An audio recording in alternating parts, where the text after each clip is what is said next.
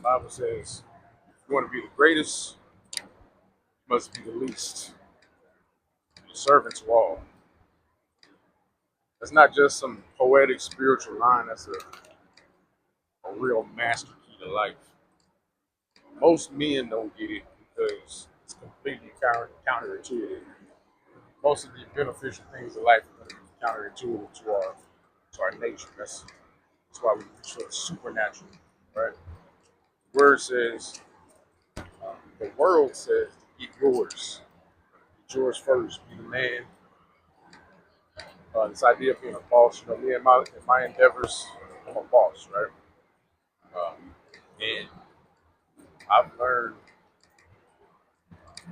well, I know that you can't go around flaunting being a boss because the truth is, if you want real greatness, um, the greatest life, the greatest leaders I've seen, the ones who live a true abundant life, for them it's not about grabbing power, it's about giving value.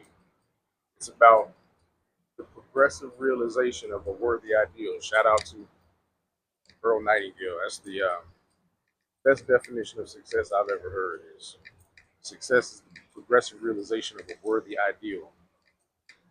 Here's the thing: most worthy ideals will feel counterintuitive. Most of your meaningful moves are going to go against the grain. As a man of aptitude, charm, and knowledge, we're already built to move differently.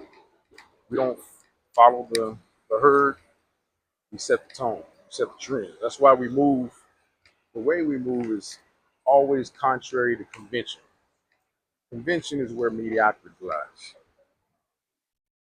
Now, why this principle of being this counterintuitive principle of being a servant, being the least of all, to be the greatest of all, why it hits so hard is because number one, service makes your influence more magnetic. I spoke on different videos about being magnetic, and a life of service is magnetic. When people feel that you genuinely care for them, you're there for them, you don't have to demand respect, you attract it. You really do. Service multiplies influence. Okay? We live in a day and age of the word influencer. The leader who serves earns that loyalty, that can galvanize people, that power alone can never buy. When people really feel that you care for their good, that you lead by example, they'll follow you into battles you never even have to ask. They'll show up before you even have to call them. In many cases, I can attest to that. Humility is an armor. The second point is humility is an armor.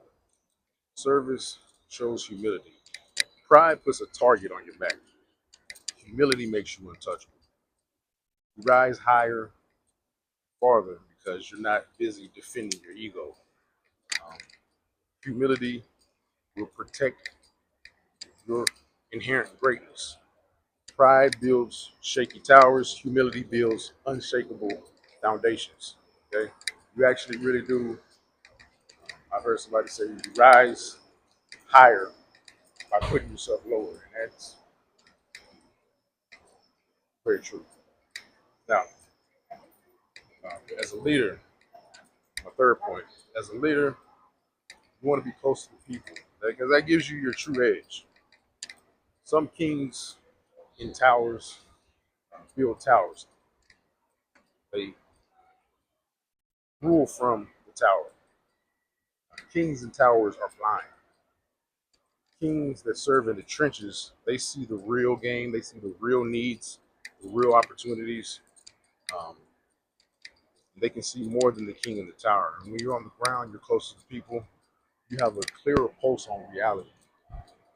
You understand their needs, their struggles, and you can prevent problems from ever hitting your palace walls, king. So that's the message I have for you. Be a servant, learn to be least of all, to be the greatest of all. Peace and blessings.